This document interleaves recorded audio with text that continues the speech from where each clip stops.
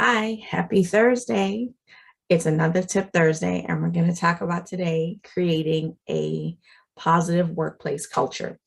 So, as a leader, you are responsible for the culture of your organization, right? Or rather, the culture of the team that you serve, maybe not the entire organization, depending on what level you are. But I wanted to talk about this because last week we focused on toxic workplaces and how you as a leader can recognize that. But today we're going to talk about how to create a positive workplace culture or embracing collaborative, whatever word you want to use. But this is key for you to brand yourself as a leader. So 3 ways you can create it. The first way is see your team members, employees, whatever you call the people that you serve, see them as humans. I've noticed, especially now in the pandemic, people are realizing there are other parts to an employee, and that's because everything started flowing into one. So just remember, your employees are not one-dimensional. See them as humans. They have other parts of their lives that are going on. They have they may be parents, they may be taking care of parents, they may be taking care of parents and children. They might be having some physical ailments, mental health issues. There are other things that may be going on in their life. And if they truly confide in you and express what's going on, be sure to be able to point them to resources where they can get assistance. For example, like EAP. Okay. Depending on what's going on, it will be a case by case basis. I recommend that you speak to them, and if there's anything that needs to be done further, open up to them and ask them if you can provide them with a resource to assist them. Okay. So that's the first thing. The second thing I want to speak about is do not micromanage your team, please. I will say this, and I'll say last week when I spoke about being micromanaged as a leader, the same thing goes for you.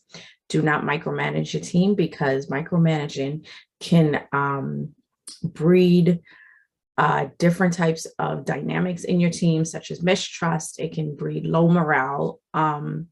It can be an environment that's breeding, excuse me, it can be an environment that breeds just overall, it's just negative. It can be negative. And that's the reality of it. You hire people to do their role. So trust them enough to do their role and empower them. Okay, that's the opposite of micromanaging, right? Empowering them to do what they have to do. There are ways you can check in on them, like having a check-in meeting, but do not micromanage your team. And my third tip is be transparent with your team. As a leader, you will not know everything, and that's fine. You may not have all the information, and that's fine.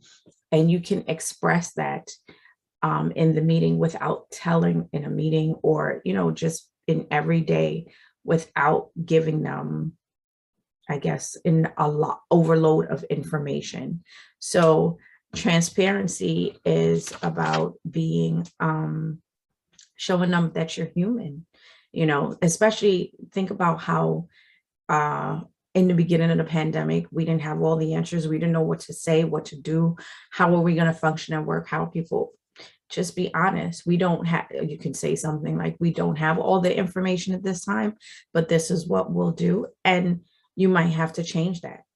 Okay. You might say, we're going to do steps A, B, and C, but then as new information flows in, you might have to change what that is, but be transparent. You don't have to be perfect and know all the answers at the time. Be transparent with them. Okay. And just be realistic.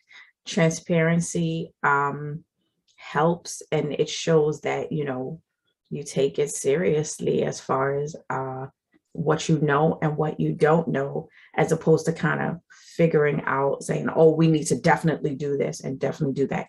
You have to be fluid and be flexible with the moment. And that's okay. That is quite all right. And my bonus tip is hold your leadership, those that are above you, accountable.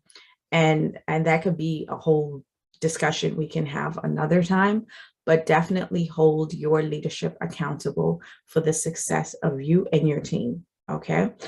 Um, Again, thank you for listening. I invite you to follow me on LinkedIn, and you can connect with me there. You can follow me on Instagram. My name is Kersha Career Consultant on there. Also, I have a YouTube channel where you can catch up with previous videos that I've posted in the past. Also, we do have the virtual leadership community, Thriving Leaders. You can sign up for that as well through my mailing list. So next week, I'm going to have some big news for you guys. I'm so excited about this. I'm really, really excited. We're going to have big news. You can, if you sign up for the mailing list this week, you'll find out first before everybody else. As everyone knows, the mailing list always gets exclusive information prior to me announcing it to the rest of the world. But I have two big announcements next week. So, and there may be more, but two big announcements to go through next week. So make sure you follow me to get the information first so you can find out about it.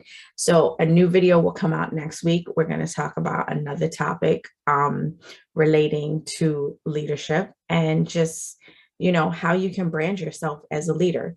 My name is Kersha Fortuné, founder and CEO of Kersha Fortuné Career Consultant Services. And again, I'm a leadership development coach and consultant.